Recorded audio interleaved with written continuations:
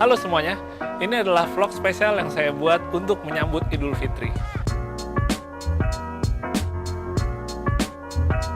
Seperti banyak yang Anda request sebelumnya, kali ini saya akan mencoba untuk memberikan tips tentang persiapan kendaraan untuk mudik. Seperti Anda ketahui, tips persiapan kendaraan untuk mudik itu banyak sekali yang ada di internet, baik dalam bentuk artikel maupun video. Kali ini saya akan mencoba untuk menjelaskannya dengan lebih simpel dan lebih mudah dimengerti. Yang saya lihat dari sekian banyak tips yang ada di internet maupun media lainnya, memang semuanya itu sebenarnya bisa dilakukan dengan membawa kendaraan Anda ke bengkel. Tapi menurut saya ada baiknya kita mengetahui setiap poin-poin yang perlu dipersiapkan sehingga Anda lebih mengerti jika terjadi sesuatu, Anda bisa menanggulanginya, tahu cara mengantisipasinya, dan satu hal lagi yang terpenting, kita tidak mudah ditipu oleh bengkel-bengkel karena kita sudah mengetahui fungsi dari setiap poin yang akan coba saya jelaskan. Paling penting yang kita cek nomor satu adalah kondisi ban. Kondisi ban yang baik itu sangat berpengaruh terhadap perjalanan kita karena kita akan melakukan perjalanan panjang dan ban adalah salah satu bagian yang paling bekerja keras dari mobil. Jadi yang perlu kita cek pertama adalah kembangannya atau tread pattern-nya. Kita bisa melihat bunga-bunga yang ada di ban ini apakah masih layak ataupun perlu diganti. Jika memang sudah ada bagian yang terlihat menipis atau bahkan sampai botak, sudah sewajibnya untuk diganti agar tidak terjadi hal-hal yang diinginkan saat melakukan mudik.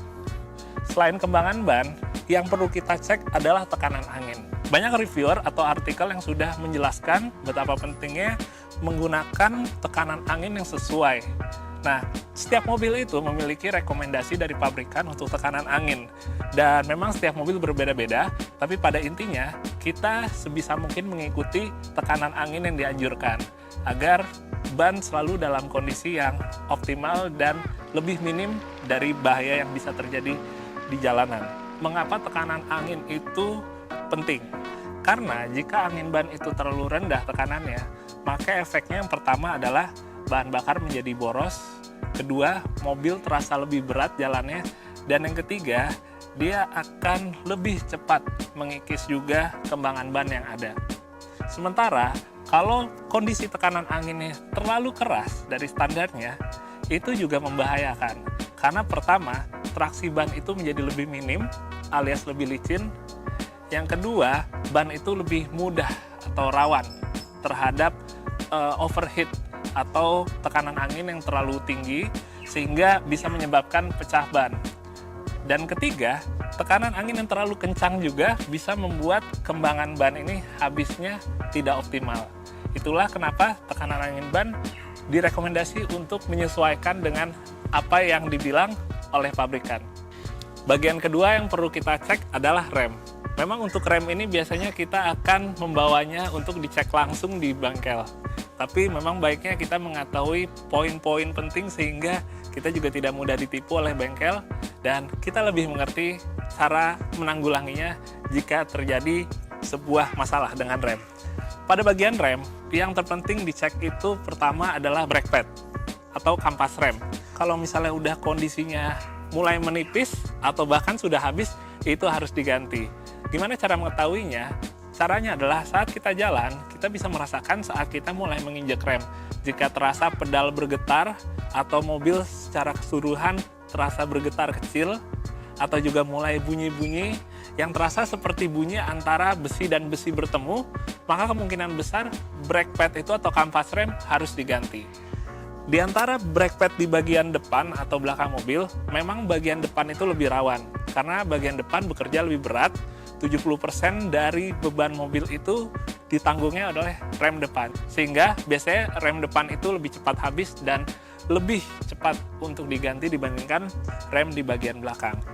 Nah, bagian berikutnya yang perlu kita cek di bagian rem adalah disc brake atau cakram. Jadi pada bagian piringan ini kita mesti pastiin bahwa kondisinya itu masih mulus, masih smooth, tidak ada baret-baret yang berlebih atau bahkan sudah sampai rusak karena brake pad yang habis sehingga memakan cakram ini. Kalau misalnya sudah sampai memakan cakram, mau nggak mau pertama bisa juga dengan dibubut atau lebih baik lagi langsung diganti dengan cakram yang baru lagi. Jadi dengan cakram yang baru, brake pad yang baru, kita bisa menjamin kondisi pengereman bisa optimal. Tapi ada satu bagian lagi di rem yang juga perlu dicek, yaitu brake fluid atau minyak rem. Jadi minyak rem atau brake fluid itu juga penting untuk dicek, karena kita harus memastikan level atau takaran dari minyak rem tersebut dalam kondisi yang sesuai. Kita bisa mengecek langsung pada bagian reservoir atau tabung minyak rem. Biasanya, kesalahan yang suka terjadi adalah jika orang melihat minyak rem mereka kurang, mereka akan mengisinya sampai penuh. Padahal sebenarnya yang benar itu adalah kita mengisi sampai batas yang dianjurkan. Jadi setiap tabung minyak rem ini, dia pasti memiliki batas maksimalnya. Kita pastikan bahwa minyak rem yang kita isi tidak melebihi dari batas maksimal tersebut. Sementara, baiknya memang minyak rem itu diganti berkala. Karena sama seperti oli mesin ataupun oli bagian lainnya, minyak rem pun juga harus diganti berkala sehingga pengereman selalu dalam kondisi yang optimal. Jika minyak rem sudah tercium seperti bau gosong, maka sebaiknya diganti. Memang pada bagian mesin, ini sebenarnya kita yang perlu ngecek itu dan paling terpenting adalah oli mesin. Oli mesin itu pastinya kita tahu apa yang mesti kita pakai karena setiap orang biasanya punya preferensi sendiri untuk oli mesinnya. Jadi silakan ikuti apa yang Anda rasa memang paling cocok untuk mesin Anda. Untuk oli mesin, saya memang merekomendasi sebelum kita melakukan mudik untuk melakukan penggantian. Kenapa? Karena walaupun kilometernya belum habis saat kita memudik, tapi baiknya kita menggunakan oli yang baru supaya jauh lebih segar, menghindari adanya masalah dengan mesin, dengan mengelitik, dengan overheat. Karena kita akan melakukan perjalanan jauh dan biasanya saat kita mudik itu kondisinya sangat macet, sehingga dengan kondisi mesin yang olinya baru, pastinya kita dan keluarga saat mudik jauh lebih tenang. Jadi oli seperti biasa, mungkin Anda juga sudah pada tahu, kita bisa ngeceknya dari dipstick dan kita bisa melihat apakah olinya kurang atau mungkin juga sudah bau gosong. Tapi memang sebaiknya gimana pun kondisi olinya, jika ingin mudik, saya rekomendasi untuk mengganti oli yang baru. Bagian berikutnya yang perlu kita cek adalah kondisi electrical, terutama aki. Memang kebetulan di mobil ini posisi akinya tidak terlihat, sehingga saya kurang lebih hanya bisa menjelaskan bahwa untuk aki, bagi Anda yang menggunakan aki basah, pastikan level dari air akinya dalam level yang sesuai atau level yang aman. Tapi saya lebih merekomendasi untuk menggunakan aki kering.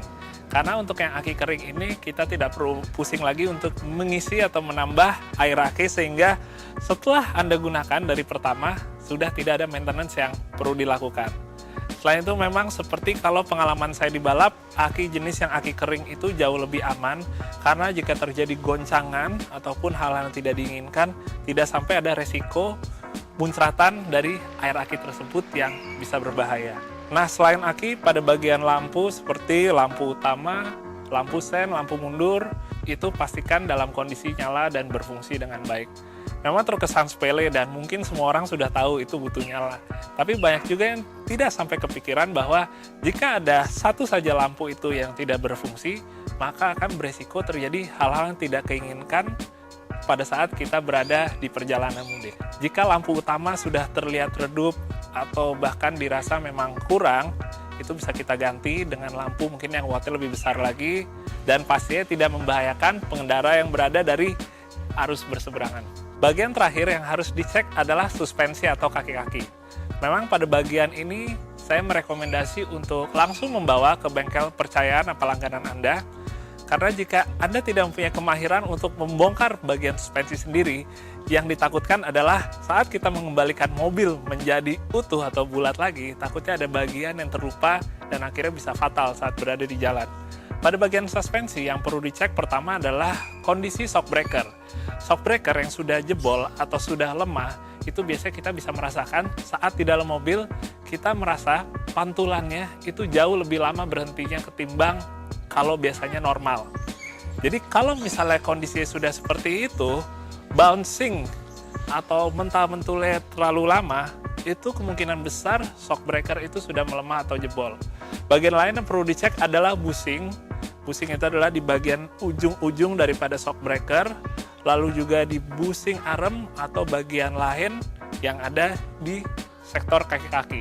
kita pastikan bagian itu semua sehat, tidak oblak. Jika kita berada di dalam mobil saat menyetir, kita bisa mendengar apakah ada bunyi gluduk-gluduk yang aneh saat mungkin kita melewati jalanan rusak atau polisi tidur, maka sebaiknya kita langsung membawa mobil ke bengkel untuk mengecek bagian suspensi. Oke, itulah tadi hal-hal mengenai yang perlu diperhatikan untuk persiapan mobil menjelang mudik.